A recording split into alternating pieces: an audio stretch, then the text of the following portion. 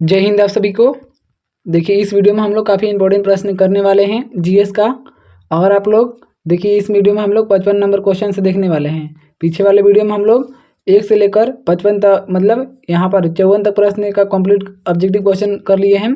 इस वीडियो में हम लोग 55 नंबर प्रश्न से करने वाले हैं, ठीक है। तो अगर आप कोई भी जॉब का तैयारी करते हैं तो आप लोग इस चैनल से जुड़ जाइएगा। देखिए आपको इस चैनल पर 0 लेवल से बिल्कुल आपको साइंस का इंपॉर्टेंट ऑब्जेक्टिव क्वेश्चन कराया जा रहा है। आपको यूट्यूब पर ऐसे पहली बार हो रहा है, बिल्कुल चैप्टर वाइज सभी सब्जेक्ट का ऑब्जेक्टिव कराया जा रहा है। आपको जो साइंस का यानी जीएस का जो क्लास चलता है, आपका 8 बजे लाइव क्लास चलता है। और अगर आप जीके का कंप्लीट तैयारी करना चाहते हैं बिल्कुल चैप्टर वाइज सभी सब्जेक्ट का, तो आपको 6 बजे लाइव। और देखिए ग्रुप डिस्कशन भी होता है, तो ग्रुप डिस्कशन आपको 9 बजे आना है लाइव क्लास में, ठीक है। तो ये तीनों टाइम आपका लाइव के लिए काफ़ी इंपॉर्टेंट है। और देखिए अगर आप लोग इस चैनल पर नए होंगे तो चैनल को जरूर सब्सक्राइब कर लीजिएगा, वीडियो को भी लाइक कर लीजिएगा, ठीक है। और बेल आइकन दबा लीजिएगा ताकि नोटिफिकेशन आपके पास मिलता रहे। हम लोग इस वीडियो में और इस चैनल से काफ़ी इंपॉर्टेंट प्रश्न कर रहे हैं जो कि सीधे आपके वही एग्जाम में आएगा, ठीक है। तो अगर आप सरकारी जॉब का सपना देखते हैं तो आप लोग इस चैनल से ज़रूर जुड़ जाइएगा। देखिए सबसे यहाँ पर 55 नंबर क्वेश्चन दिया है। शरीर का वजन बताना है कि शरीर का वजन कहाँ पर अधिक होता है, ठीक है। बताइए सभी लोग। और किसी को आंसर पता है तो आप लोग कमेंट कर सकते हैं। देखिए ध्रुवों पर अधिकतम होता है, ठीक है। जो शरीर का वजन होता है वो आपका ध्रुवों पर अधिकतम होता है। तो इसका अनुसार ऑप्शन नंबर बी हो जाएगा करेक्ट आंसर। शरीर का वजन ध्रुव पर अधिक होता है। चलिए नेक्स्ट क्वेश्चन देखते हैं। व्यक्ति पृथ्वी की सतह की तुलना में चंद्रमा की सतह पर अधिक ऊंचा क्यों उछल सकता है, बताइए। व्यक्ति कोई व्यक्ति है और पृथ्वी की तुलना में चंद्रमा पर अधिक मात्रा में उछलता है। क्यों उछलता है आप सबको बताना है। और आप लोग आंसर पता है तो आप लोग कमेंट कीजिए। देखिए चंद्रमा में गुरुत्वाकर्षण के कारण त्वरण पृथ्वी की तुलना में कम होता है, यानी जो चंद्रमा पर गुरुत्वाकर्षण बल होता है ना वो कम होता है और पृथ्वी पर ज़्यादा होता है, इसीलिए यहाँ पर व्यक्ति कम उछलता है और चंद्रमा पर बहुत ज़्यादा उछलता है। तो इसका अनुसार ऑप्शन नंबर आपको सी हो जाएगा right answer, correct answer C हो जाएगा। चलिए नेक्स्ट क्वेश्चन देखते हैं हम। देखिए यहाँ पर आपको नेक्स्ट क्वेश्चन दिया है।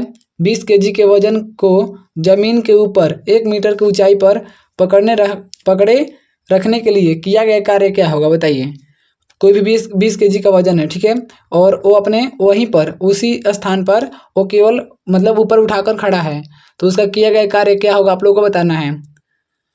देखिए इसका जो राइट आंसर है आपका ऑप्शन नंबर डी हो जाएगा, ठीक है। शून्य जूल होगा, यानी कि जब वो मतलब व्यक्ति जो है 20 kg उठाए या 50 kg उठाए, जब वो उसी स्थान पर खड़ा है तो उसका कोई कार्य नहीं कहा जाएगा, ठीक है। तो राइट आंसर आपका ऑप्शन नंबर डी हो जाएगा, ठीक है। तो करेक्ट आंसर आपका डी हो जाएगा। चलिए नेक्स्ट क्वेश्चन देखते हैं। देखिए आपको यहाँ पर प्रश्न दिया है, काफ़ी इंपॉर्टेंट है। यहाँ पर कोई भी ऐसा प्रश्न नहीं जो कि आपके एग्जाम में नहीं पूछा हुआ है। देख रहे हैं आपको RRB 2002 में पूछा हुआ क्वेश्चन है। बताइएगा। एक व्यक्ति एक दीवार को धक्का देता है, ठीक है, पर उसे विस्थापित करने में असफल रहता है। वह करता है, बताइए वो क्या करता है। कोई भी कार्य नहीं करता है, ऋणात्मक कार्य करता है, धनात्मक परंतु अधिकतम कार्य नहीं, अधिकतम कार्य करता है। बताइए क्या जवाब है आप सभी का, आप सभी को बताना है। देखिए एक व्यक्ति एक दीवार को धक्का देता है पर उसे विस्थापित करने में असफल रहता है, ठीक है, तो वह करता है। देखिए वह मतलब कोई भी कार्य नहीं करता है। जब वो दीवार को धक्का दे देगा तब उसका कार्य माना जाएगा, लेकिन जब विस्थापित नहीं हो रहा है, जब दीवार धक्का नहीं दे रहा है तब उसका कोई भी कार्य नहीं हो रहा है। तो इसलिए ऑप्शन नंबर यहाँ पर आपको ए हो जाएगा, यहाँ पर कोई भी कार्य नहीं होगा। चलिए नेक्स्ट क्वेश्चन देखते हैं। देख रहे हैं आपको ऑब्जेक्टिव क्वेश्चन के साथ आपका ये सब प्रश्न जो है इसके साथ एक्सप्लेन भी हो रहा है यहाँ पर, ताकि आपका कोई भी दिक्कत न रहे। पहाड़ी पर चढ़ता एक व्यक्ति आगे की ओर झुक जाता है, क्योंकि बताइए। जब कोई भी व्यक्ति है और वो पहाड़ पर चढ़ता है तो वो झुक जाता है, क्यों झुकता है आगे की ओर। आप सभी को यही प्रश्न बताना है, को क्यों झुकता है, आखिर इसका रीजन क्या है, इसका कारण क्या है। तो देखिए अस्थाई बढ़ाने के लिए, अस्थायित्व बढ़ाने के लिए, ठीक है, वो आगे की ओर झुकता है ताकि अस्थायित्व बनी रहे। और नहीं झुक पाएगा ना तो मतलब पीछे की तरफ गिर भी सकता है, गिरने की और उसकी आशंका ज़्यादा बढ़ जाती है।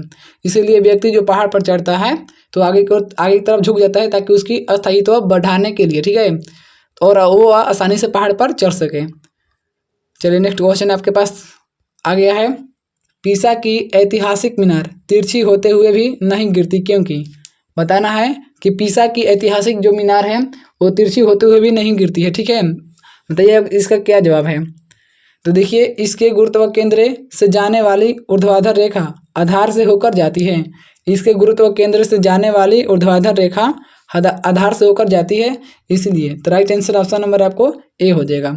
इसलिए जो पीसा की तिरछी मीनार है वो नहीं गिर पाती है, क्योंकि गुरुत्व से जाने वाली जो ऊर्ध्वाधर रेखा है वो आधार से होकर जाती है। तो right answer option number A हो जाएगा। चलिए नेक्स्ट क्वेश्चन देखते हैं। देखिए अभी तक आप लोग वीडियो को लाइक और चैनल को सब्सक्राइब नहीं किए हैं तो कर लीजिए, क्योंकि आपको ऐसा क्लास यूट्यूब पर बहुत कम मिलेगा। आपका ये सेशन जो है बिल्कुल फ्री में है, ठीक है। और यूट्यूब आपका बिल्कुल फ्री में आपका सबसे पहली बार आपका ऐसा सेशन चलाया जा रहा है, ताकि आप लोगों का एग्ज़ाम भी क्लियर हो जाए और आपका मतलब कोई पैसा भी खर्चा ना हो, ठीक है। देखिए आप भी अगर मेरी तरह सिलेक्शन लेना चाहते हैं तो आप लोग इस चैनल से जुड़ जाइएगा, ठीक है। जाड़े की रातों में अत्यधिक ठंड पड़ने पर पानी की पाइप फट जाती है, क्योंकि मतलब जब जाड़ा का दिन आता है ना तब मतलब ज़्यादा ठंड पड़ता है, तो जब पानी वाली पाइप होती है फट जाती है। क्यों फट जाती है आपको यही बताना है कि वो पाइप क्यों फट जाती है। तो देखिए यहाँ पर आपका राइट आंसर हो जाएगा, आपका ऑप्शन नंबर सी होगा। जमने के बाद पानी का आयतन जो होता है ना बढ़ जाता है। जमने के बाद जो पानी का आयतन होता है बढ़ जाता है, इसलिए जो पाइप होता है फट जाता है। तो राइट आंसर सी हो जाएगा। चलिए नेक्स्ट क्वेश्चन देखते हैं। पानी से भरी डाट लगी बोतल जमने पर टूट जाएगी, क्योंकि वही प्रश्न है आपको। देखिए आपका ये IAS में पूछा हुआ है, देख रहे हैं ये कितना टॉप लेवल का क्वेश्चन है। पानी से भरी डाट लगी बोतल जमने पर टूट जाती है, क्यों टूट जाती है। तो देखिए जमने पर जल का आयतन बढ़ जाता है, इसीलिए टूट जाती है। वो आपका मतलब बोतल हो या पाइप हो, अगर जमेगा पानी तो उसका आयतन बढ़ेगा, इसलिए वो बोतल या पाइप टूट जाता है। तो राइट आंसर सी हो जाएगा यहाँ पर आपको। चलिए नेक्स्ट क्वेश्चन देखते हैं। जल के आयतन में क्या परिवर्तन होगा यदि तापमान 9 डिग्री सेल्सियस गिराकर 3 डिग्री सेल्सियस कर दिया जाता है। आपको पूछ रहे क्वेश्चन कि जल के आयतन में क्या मतलब परिवर्तन होगा यदि उसका तापमान जो है 9 डिग्री से गिराकर 3 डिग्री सेल्सियस कर दिया जाता है, यानी कि मतलब ज़्यादा से कम किया जाता है, ठीक है। ज़्यादा से कम किया जाता है तो उसके तापमान में क्या परिवर्तन होगा, क्वेश्चन यही कर रहा है। तो देखिए जो आपका आयतन है ना सबसे पहले आपको घटेगा और उसके बाद बढ़ेगा। जब यहाँ पर 9 से 3 तक आएगा ना सेल्सियस है, तो मतलब जो आयतन है उसका पहले घटेगा, ठीक है, और उसके बाद ये आयतन बढ़ेगा। तो राइट आंसर सी हो जाएगा। चलिए नेक्स्ट क्वेश्चन देखते हैं। देखिए काफ़ी इंपॉर्टेंट प्रश्न ये सब है। एक झील में तैरने वाली इस्पात की नाव के नाव द्वारा विस्थापित पानी का भार कितना होगा। यानी कि एक झील में मतलब एक इस्पात की नाव तैर रही है, ठीक है, और उस नाव के द्वारा कितना विस्थापित पानी होगा, यही क्वेश्चन पूछ रहा है कि उस नाव के द्वारा पानी का विस्थापन कितना होगा। तो देखिए नाव के उस भाग के भार के बराबर जो झील के पानी की सतह के नीचे है, मतलब जितना भाग नीचे है ना उतना ही भार के पानी वो नाव अपनी तरफ से विस्थापित करेगा, हटा देगा। तो करेक्ट आंसर ऑप्शन नंबर आपको यहाँ पर सी हो जाएगा। कंप्लीट आप लोग को अच्छे से समझ में आ रहा होगा ये सब प्रश्न जो है। देखिए ये तो SSC के एग्जाम में 2 बार पूछा हुआ है, 2011 में भी 2013 में भी। किसी कालीन की सफाई के लिए यदि उसे छड़ी से पीटा जाए, ठीक है, तो उसमें कौन सा नियम लागू होता है बताइए। किसी कालीन की सफाई के लिए यदि उसे छड़ी से पीटा जाए तो उसमें कौन सा नियम लागू होता है, यही बताना है आप सभी को कि उसमें कौन सा नियम लागू होता है। तो देखिए गति का पहला नियम लागू होता है। गति का पहला नियम आप सभी को पता है क्या होता है। जब कोई वस्तु को विराम की अवस्था में है तो विराम में रहे, और गति की अवस्था में है तो गति में रहे। जब उस पर कोई भी बाह्य बल कार्य ना करे तब है। तो देखिए यही आपका कार्य होता है, गति का पहला नियम। तो राइट आंसर सी हो जाएगा। चलिए नेक्स्ट क्वेश्चन देखते हैं। देखिए अभी तक आप लोग वीडियो को लाइक नहीं किए तो लाइक कर लीजिएगा। आपको लाइक करने से हमें मोटिवेशन मिलती है, ताकि आप लोग ऐसे वैसे वीडियो देखना चाहते हैं, आप लोग इस चैनल से पढ़ना चाहते हैं, ठीक है, तो अपना लाइक जरूर कीजिएगा। सड़क पर चलने की अपेक्षा बर्फ़ पर चलना कठिन है, क्योंकि बताइए। सड़क पर चलने की अपेक्षा बर्फ़ पर चलना कठिन होता है, क्यों कठिन होता है आपको बताना है। ये सब काफ़ी इंपॉर्टेंट प्रश्न है, आपका हर बार एग्जाम में यही सब प्रश्न आता है और हर बार आपका यही सब प्रश्न आएगा, ठीक है। तो देखिए बर्फ़ में सड़क की अपेक्षा घर्षण कम होता है। बर्फ़ में सड़क की अपेक्षा घर्षण कम होता है, ठीक है, यानी कि बर्फ़ में जो घर्षण होता है ना सड़क की अपेक्षा कम होता है। तो जहाँ पर घर्षण कम होगा वहाँ पर चलने में बहुत परेशानी होगा, ठीक है। तो देखिए बर्फ़ में सड़क की अपेक्षा घर्षण कम होता है, यानी सड़क पर घर्षण ज़्यादा होता है, इसलिए वहाँ पर चल सकते हैं, और घर्षण जहाँ पर कम होगा वहाँ पर नहीं चल सकते हैं। सिंपल तरीका है। नेक्स्ट क्वेश्चन देखते हैं।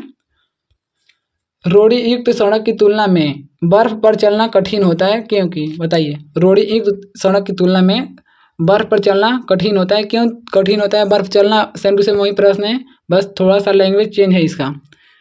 तो देखिए इसका राइट आंसर हो जाएगा पैर तथा बर्फ के मध्य घर्षण बल रोड़ी एवं पैर के मध्य घर्षण बल की तुलना में कम होता है, इसी के कारण चलने में कठिन होता है। तो राइट आंसर आपका बी हो जाएगा। चलिए नेक्स्ट क्वेश्चन देखते हैं। लकड़ी के बेलनाकार पात्र को खींचने की जगह लुढ़काना आसान होता है क्योंकि, मतलब लकड़ी के बेलनाकार पात्र है, ठीक है, कोई भी बेलनाकार बर्तन है और उसको खींचने की जगह में लुढ़काना बहुत आसान होता है। क्यों आसान होता है लुढ़काना में? आपको यही बताना है कि लुढ़काने में उसको क्यों आसान होता है। तो देखिए लुढ़कन अवस्था का घर्षण बल फिसलन अवस्था के घर्षण बल की तुलना में बहुत कम होता है। मतलब लुढ़कन अवस्था का जो घर्षण बल होता है ना, वो फिसलन अवस्था के घर्षण बल से बहुत कम होता है। तो देखिए जहाँ पर ज़्यादा घर्षण कम होगा वहाँ पर वस्तु ज़्यादा मात्रा में फिसलेगा, जहाँ पर घर्षण कम वहाँ पर वस्तु ज़्यादा मात्रा में फिसलेगा। तो देखते हैं हम लोग अगर कहीं पर तेल गिर जाता है तो वहाँ पर घर्षण बल बहुत कम हो जाता है, इसीलिए वहाँ पर कोई भी व्यक्ति फिसल जाता है और गिर जाता है। देखिए इसका जो राइट आंसर होगा ना आपका, अब ऑप्शन नंबर बी हो जाएगा, करेक्ट आंसर आपका बी हो जाएगा, ठीक है। चलिए नेक्स्ट क्वेश्चन देखते हैं। देखिए अगर आप लोग पीछे वाले वीडियो नहीं देखे हैं तो जाकर उन सभी को जरूर देखिए, आपको प्ले लिस्ट में दिया गया है। काफ़ी इंपॉर्टेंट प्रश्न के सेशन ये सब चलाया जा रहा है। एक नदी में चलता हुआ जहाज समुद्र में आता है तब जहाज का स्तर क्या होगा बताइए। एक नदी में जहाज चल रहा है और वो नदी से समुद्र में प्रवेश करेगा, तो समुद्र में जब प्रवेश करेगा तो जहाज का जो स्थिति है क्या रहेगा, आपको यही बताना है कि उस जहाज की स्थिति जो है क्या होगा। तो देखिए जब कोई भी जहाज है वो नदी से समुद्र में प्रवेश करता है तो अपना मतलब अपना जो गहराई है, गहराई से थोड़ा सा ऊपर आ जाता है, यानी थोड़ा ऊपर आएगा, ठीक है। राइट आंसर बी हो जाएगा, यानी कि थोड़ा वो ऊपर आ जाएगा, ठीक है। चलिए नेक्स्ट क्वेश्चन देखते हैं। आप लोग देख रहे हैं ये सभी के सभी जो प्रश्न हैं किसी न किसी एग्जाम में पूछा हुआ है और हर बार आपका यही प्रश्न आएगा, ये नहीं आएगा तो अगला आएगा, अगला नहीं आएगा तो आपका पीछे वाला आएगा, लेकिन यही सब प्रश्न आएगा। आप बस इसको किसी तरह आप लोग समझ कर याद कर लीजिए, रट लीजिए। लोहे की कील पारे में क्यों तैरती है जबकि यह पानी में डूब जाती है? बताना है कि जो लोहे की कील है मतलब पारे में तैर जाती है और लेकिन पानी में डूब जाती है, इसका अजीब लीला है। आपको बताना है कि जो लोहे की कील होती है ना वो पानी में आपका डूब जाती है और पारा में तैरती है, इसका रीजन क्या है? तो देखिए इसका जो रीजन है ना, लोहे का घनत्व पानी से अधिक है तथा पारे से कम, यानी कि लोहे का जो घनत्व है वो पानी से अधिक है, पानी से अधिक है तो इसलिए पानी में डूब जाता है, लेकिन पारा से कम है इसलिए पारा पर तैर जाता है। तो राइट आंसर ऑप्शन नंबर आपको सी हो जाएगा। चलिए नेक्स्ट क्वेश्चन देखते हैं। जब एक ठोस पिंड को पानी में डुबोया जाता है तो उसके भार में ह्रास होता है, यह ह्रास कितना होता है? जब मान लीजिए एक ठोस पिंड, ठीक है, और पानी में उसको डुबा देते हैं, पानी में डुबा देते हैं तो उसके भार में ह्रास होता है, उसके भार में ह्रास होगा। जब देखिए जब कोई भी वस्तु को हम लोग पानी में डुबाते हैं तो उसका वजन कम हो जाता है। आप लोग पता होना चाहिए कि जो उसका भार है कम हो जाता है, ठीक है। और यह ह्रास कितना होता है बताइए, यह मतलब भार जो कम होता है ये कितना भार कम होता है, आपको यही बताना है। तो देखिए विस्थापित पानी के भार के बराबर, यानी कि जब देखिए जब हम लोग पानी में वस्तु को डुबाते हैं तो ये जितना आपका आयतन मतलब घेर कर पानी में डूबेगा उतना ही आयतन का पानी मतलब विस्थापित करेगा, उतना ही इसका भार कम होगा, ठीक है। उतना ही जितना पानी विस्थापित होगा उतना भार इसका कम होगा। तो राइट आंसर आपका ऑप्शन नंबर ए हो जाएगा। चलिए नेक्स्ट क्वेश्चन देखते हैं। बर्फ पानी में तैरती है परंतु एल्कोहल में डूब जाती है क्योंकि? बताना है आप सभी को कि बर्फ जो है पानी में तैर जाती है लेकिन परंतु एल्कोहल में डूब जाती है, इसका रीजन क्या है? आपको रीजन बताना है। तो देखिए बर्फ पानी से हल्की होती है, जब बर्फ होता है ना पानी से हल्का होता है, तो जब पानी से हल्का कोई भी चीज़ होगा तो पानी पर तैरेगा, लेकिन एल्कोहल से ये भारी होता है, इसलिए भारी होता है तो डूब जाता है। तो राइट आंसर आपको डी हो जाएगा। चलिए नेक्स्ट क्वेश्चन देखते हैं। स्टील की गोली पारे में तैरती है क्योंकि? स्टील की जो गोली होता है ना पारे में तैर जाता है, क्यों तैर जाता है आपको बताना है कि स्टील की गोली पारा में क्यों तैरता है। तो देखिए पारे का घनत्व स्टील की अपेक्षा अधिक होता है, पारे का घनत्व स्टील की अपेक्षा अधिक होता है, इसीलिए स्टील की जो गोली होती है ना वो पारे पर तैर जाती है, क्योंकि पारे का जो घनत्व होता है वो स्टील की अपेक्षा अधिक होता है। तो पारे घनत्व अधिक होता है और स्टील का घनत्व कम होता है, तो जब पारे घनत्व अधिक होता है और स्टील का घनत्व कम होता है तो जब कम होता है तो ये ज़्यादा वाला पर तैर जाता है, सिंपल तरीका है। राइट आंसर बी हो जाएगा। चलिए नेक्स्ट क्वेश्चन देखिए। आप लोग उम्मीद करते हैं कि आप लोगों को अच्छे तरीके से ये सब प्रश्न समझ में आ रहा होगा। एक लोहे की गेंद पारद या मरकरी से भरी बाल्टी में गिराई जाती है तो क्या होता है? एक लोहे की गेंद है, ठीक है, और मतलब एक बाल्टी पानी है उसमें गिराया जाता है, तो उसमें गिराने पर क्या होता है? आपको प्रश्न यही कर रहा है कि उसमें गिराने पर क्या होता है। तो देखिए यह पारे की सतह पर तैरेगी, राइट आंसर भी हो जाएगा। मतलब एक लोहे की गेंद पारद या मरकरी से बाहरी बाल्टी में गिराई जाती है तो यह पारे की सतह पर क्या होगा, तैरेगा। यह गेंद जो है पारे की सतह पर तैरने लगेगा। किस तापमान पर जल का घनत्व अधिकतम होता है। बस सिंपल क्वेश्चन है, बताना है आप सभी को कि किस तापमान पर जल का घनत्व जो है अधिकतम होता है। तो जल का घनत्व किस तापमान पर अधिकतम होता है। तो देखिए 4 डिग्री सेल्सियस, 4 डिग्री सेल्सियस पर जो जल का घनत्व होता है ना, वो आपका सबसे अधिक होता है। 4 डिग्री सेल्सियस पर जल का घनत्व अधिकतम होता है। वस्तु की मात्रा बदलने पर अपरिवर्तित रहेगा। वस्तु की मात्रा बदलने पर अपरिवर्तित क्या रहता है, बताइए आप लोग। वस्तु की मात्रा बदलने पर अपरिवर्तित क्या रहता है। तो देखिए घनत्व, वस्तु की मात्रा कितना ही बदल जाए लेकिन घनत्व आपका वहीं का वहीं रहता है। तो राइट आंसर आपका ऑप्शन नंबर डी हो जाएगा। देखिए ये क्लास यहीं तक समाप्त होता है। इससे आगे वाला जो क्वेश्चन है 77 नंबर प्रश्न से हम लोग अगली वीडियो में क्वेश्चन करेंगे, काफ़ी इंपॉर्टेंट। तो आप लोग ये वीडियो कैसा लगा आप लोग कमेंट में जरूर बताइएगा। देखिए अगर आप लोग सिलेक्शन लेना चाहते हैं मेरे तरह, देखिए मैं भी सिलेक्टेड हूँ, ठीक है। तो अगर आप लोग मेरे तरह सिलेक्शन लेना चाहते हैं तो आप लोग भी इस चैनल को सब्सक्राइब जरूर कर लीजिएगा।